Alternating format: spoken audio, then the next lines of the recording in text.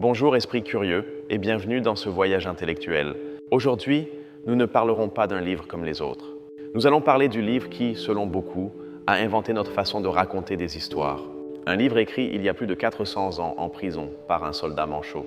Nous allons parler de Don Quichotte de la Manche et du génie qui l'a créé, Miguel de Cervantes Saavedra. Mais pourquoi cette histoire est-elle encore pertinente? Qu'est-ce qu'un fou qui confond les moulins avec des géants a à nous dire, à nous, en plein 21e siècle? C'est la grande question que nous allons explorer. La réponse, je vous le dis d'emblée, est tout. Cervantes n'a pas seulement écrit une histoire amusante, il nous a livré le mode d'emploi de l'être humain moderne avec toutes ses contradictions, son idéalisme et sa dure réalité. C'est la naissance de l'humanisme littéraire. Avant de commencer, un bref commentaire. Pour donner vie à cette narration, j'ai utilisé des outils d'intelligence artificielle pour générer les images que vous voyez. Pensez-y comme à une toile, une façon d'illustrer les idées et l'ambiance de ce que nous racontons. Ce ne sera pas toujours une représentation littérale, mais un accompagnement visuel pour que votre imagination puisse s'envoler avec moi. J'espère de tout cœur que vous apprécierez. Pour comprendre l'œuvre, il faut d'abord comprendre l'homme. Miguel de Cervantes Saavedra n'était pas un universitaire cloîtré dans une bibliothèque. Ce fut un homme d'action, d'échecs et d'une résilience étonnante. Il était né en 1547 dans une Espagne qui était la superpuissance du moment, l'empire où le soleil ne se couchait jamais. Mais la vie de Cervantes ne fut pas faite de gloire impériale. Il fut soldat. Il combattit vaillamment à la bataille de Lépante en 1571, la plus grande bataille navale de l'époque. Là, il reçut 3 tirs, 2 à la poitrine et un qui lui fracassa la main gauche, la rendant inutile. Il l'appelait avec fierté « la main du manchot ». Comme si cela ne suffisait pas, de retour en Espagne, son navire fut capturé par des pirates barbaresques. Cervantes passa 5 ans comme esclave à Alger. 5 ans. Il tenta de s'échapper 4 fois, assumant seul la faute pour sauver ses compagnons. Cette expérience de captivité, de voir la vie dans ses retranchements, marquerait profondément sa vision du monde. Finalement, sa famille et les Trinitaires réunirent l'argent pour sa rançon. Il revint en Espagne, mais la gloire de Lépante ne lui fut pas d'un grand secours. Il devint percepteur d'impôts, un travail détesté. Il fut un mauvais administrateur, ou peut-être trop honnête, et finit en prison plusieurs fois pour dettes et irrégularités dans les comptes. Et c'est ici, dans la prison de Séville, selon la légende, que Don Quichotte fut enfanté. Réfléchissez-y un instant. Le livre le plus lumineux, le plus libre et le plus amusant de l'histoire fut conçu dans l'obscurité d'une prison par un homme qui avait presque tout perdu. Ce n'est pas seulement de la biographie, c'est la clé de l'œuvre. Cervantes n'écrit pas depuis sa tour d'ivoire. Il écrit depuis l'échec, depuis la blessure, depuis la captivité. Il écrit depuis la compréhension profonde que la vie est un mélange tragicomique de grands rêves et de réalités misérables. Et c'est là, mes amis, l'essence de l'humanisme. Maintenant, situons-nous dans le monde littéraire que Cervantes a découvert. Que lisaient les gens au XVIIe siècle? La réponse est simple. Ils lisaient des best-sellers de chevalerie. L'Amadis de Gaule était le Harry Potter ou le Game of Thrones de son époque. C'étaient des histoires addictives, mais qu'étaient ces livres?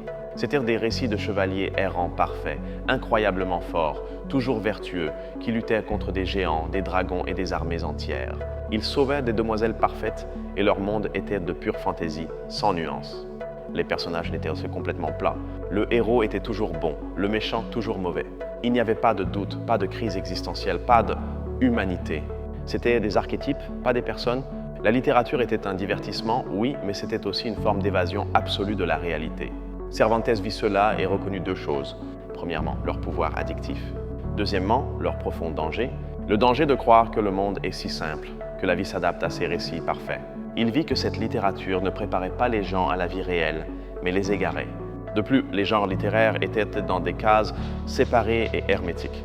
Vous aviez l'épique pour les héros, le lyrique pour l'amour idéalisé et le picaresque pour les anti-héros de basse extraction. Ils ne se mélangeaient pas. Un noble ne pouvait pas être ridicule et un paysan ne pouvait pas avoir une sagesse profonde. Cervantes décide alors de faire quelque chose de radical. Son plan initial, ou du moins celui qu'il déclare, est d'écrire une parodie. Une moquerie pour rendre odieuses aux hommes les histoires feintes et farfelues des livres de chevalerie. Il voulait utiliser le rire pour détruire le genre. Ainsi naît Alonso Quijano, un hidalgo de village, un homme d'âge mûr, maigre et un peu pathétique.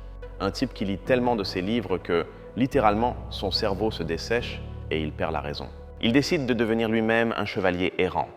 Il revêt une armure rouillée de ses arrière-grands-parents, appelle son cheval maigre Rocinante et s'invente une dame dont il est amoureux, Dulcinea del Toboso, qui est en réalité une paysanne locale qui ne sait même pas qu'il existe. Et bien sûr, il se donne un nouveau nom, Don Quichotte de la Manche. Mais c'est là qu'opère la magie de Cervantes. Au moment où Don Quichotte sort dans le monde, le livre qui devait être une simple parodie se transforme. Le personnage prend le dessus sur le plan. Il devient quelque chose de beaucoup plus grand, plus complexe et plus profond. Pourquoi ?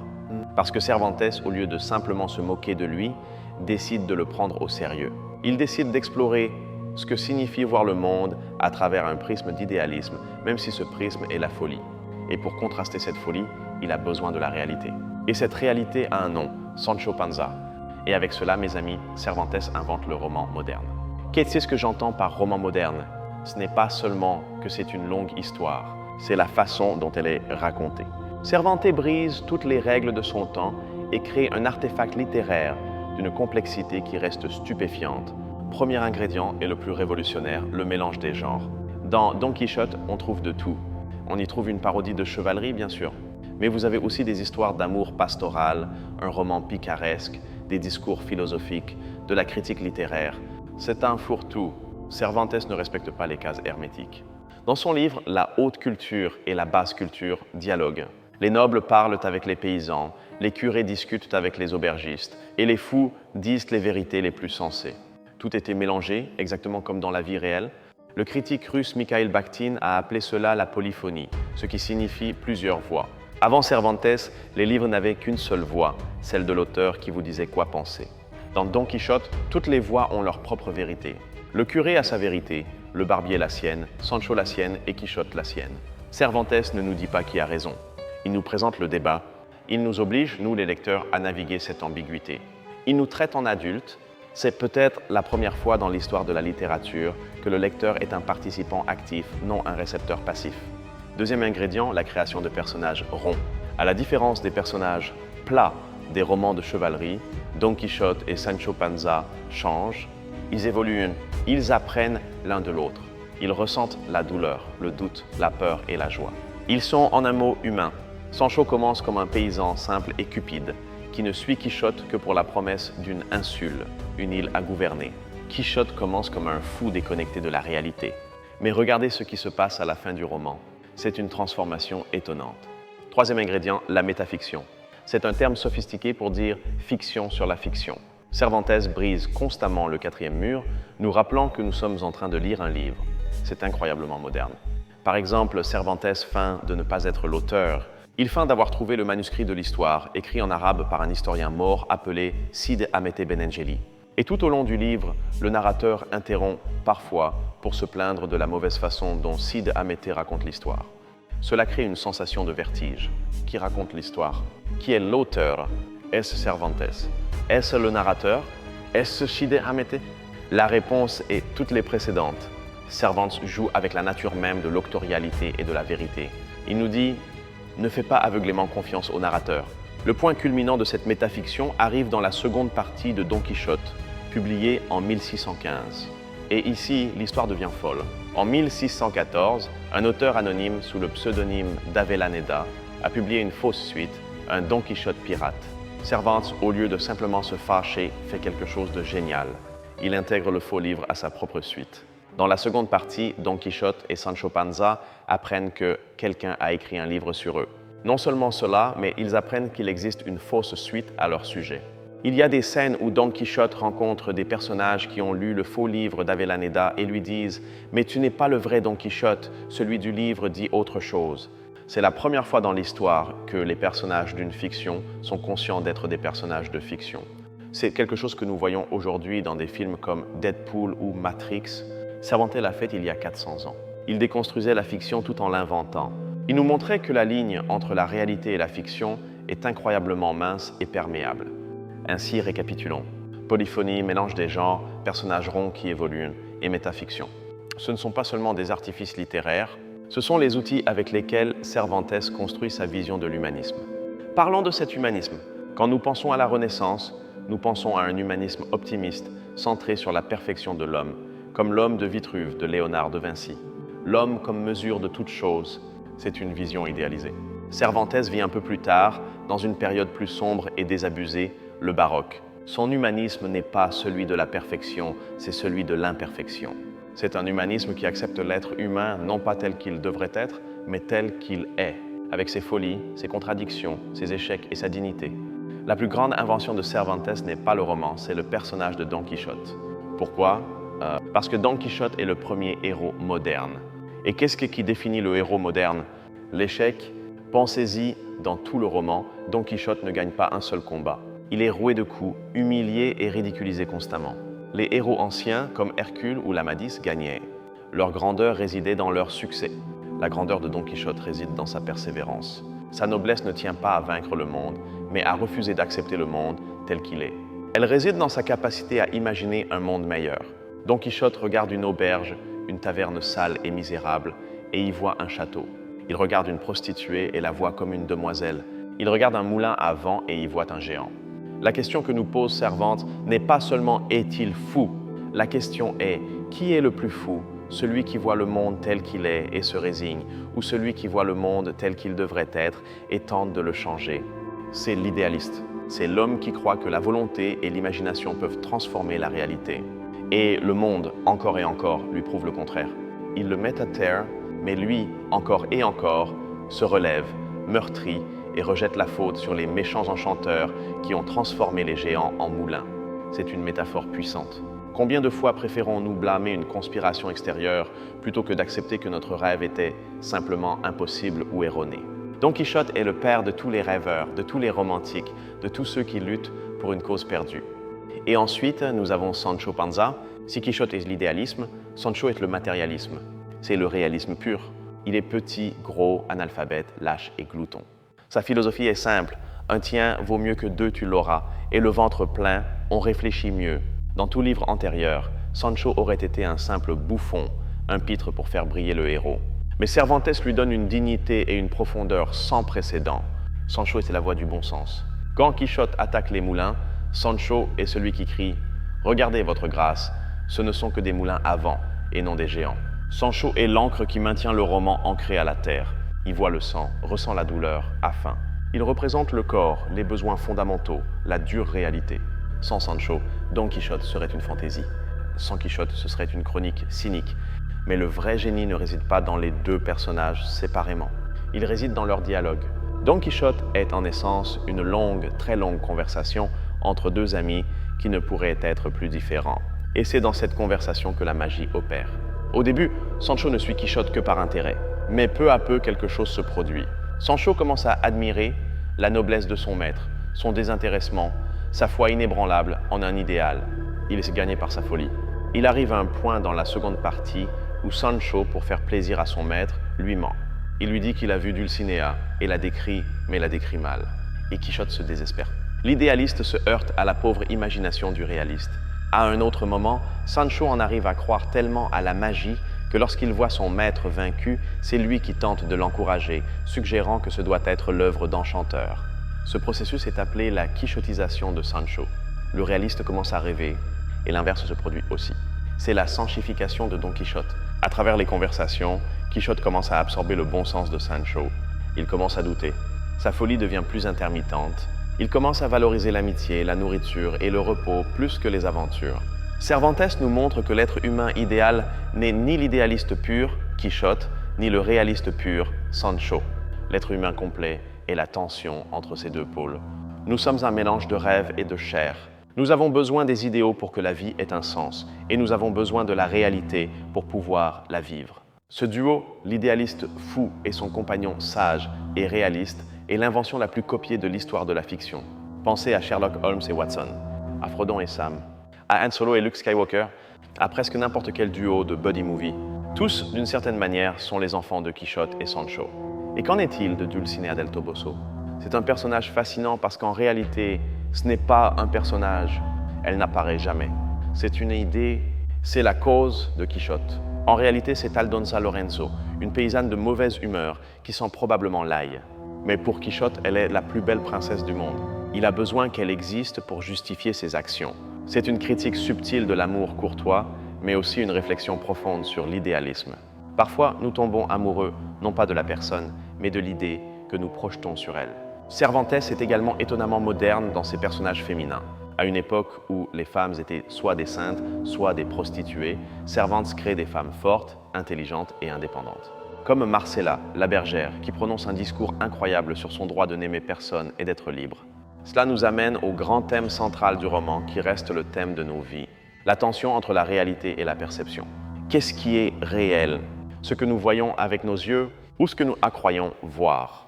C'est une question profondément philosophique. L'épisode des moulins à vent est le plus célèbre. Parce que pour tout le monde, ce sont des moulins. Pour Quichotte, ce sont des géants. Il attaque. Le moulin le frappe et le projette en l'air. La réalité gagne. Mais, et c'est là le génie de Cervantes, Quichotte ne se rend pas. Il se relève et réinterprète la réalité pour qu'elle s'intègre à sa fiction.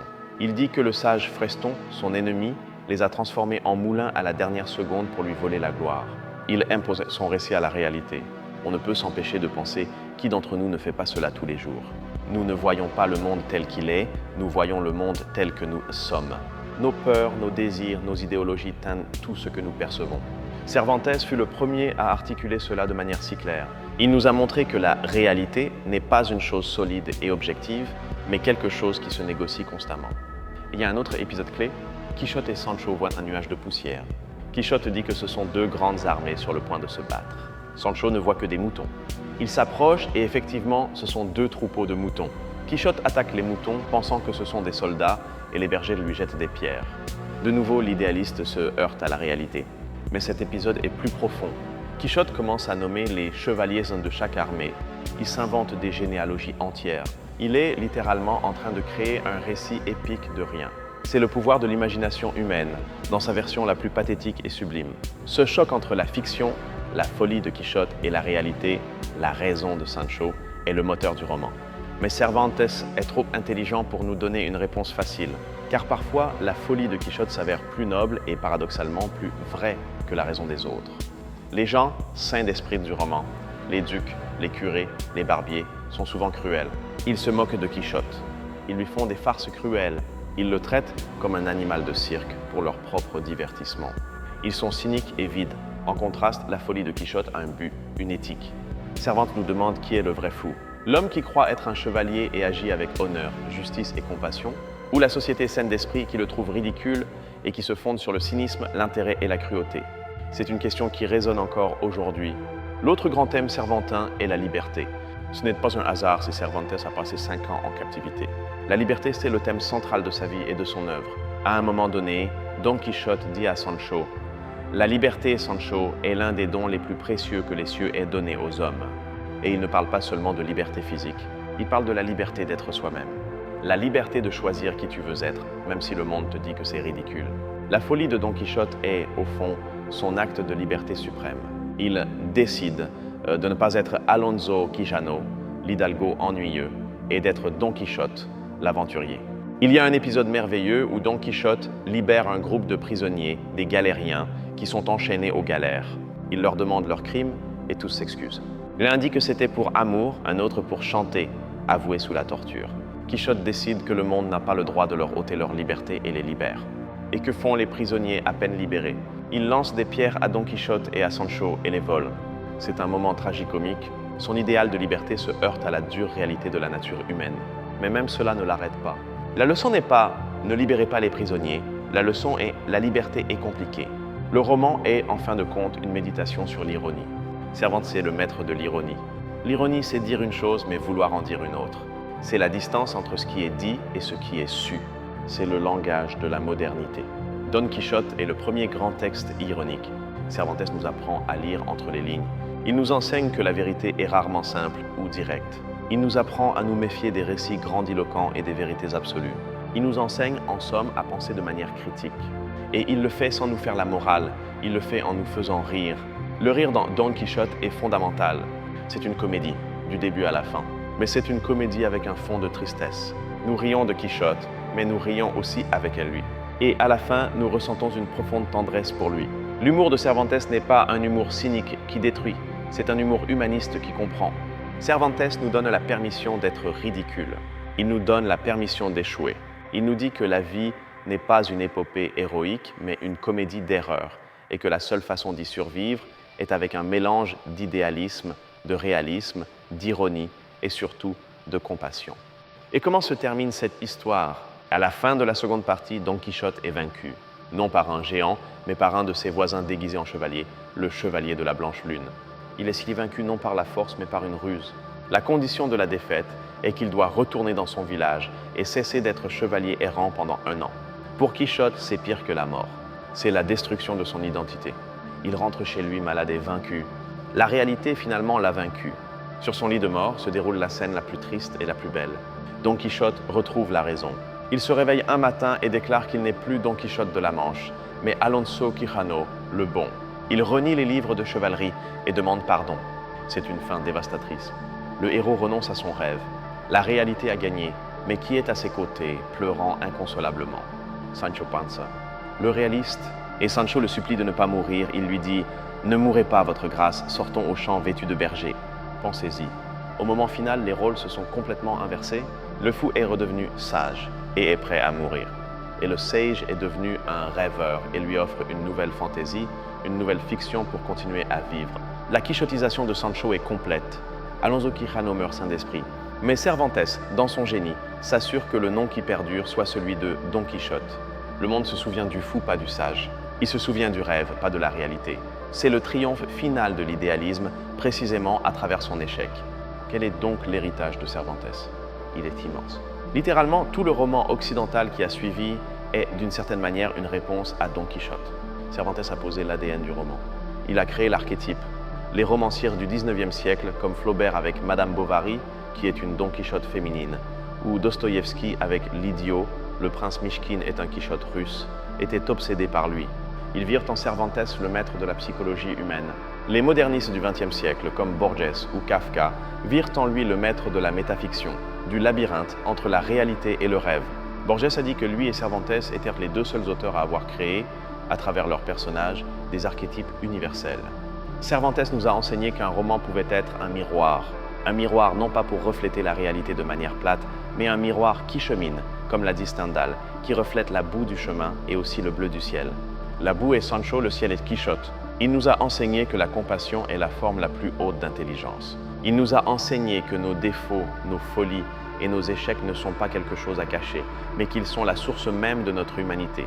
Il a inventé le roman moderne non pas comme un genre, mais comme une façon d'explorer le monde. Une façon de se poser des questions sans l'arrogance d'avoir toutes les réponses.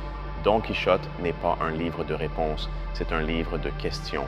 Cervantes a vécu une vie d'échecs. Il fut un soldat manchot, un esclave racheté, un percepteur emprisonné et un écrivain qui mourut pauvre. Mais de cet échec, il nous a fait le plus grand cadeau, l'invention d'un art et un personnage qui nous enseigne comment vivre.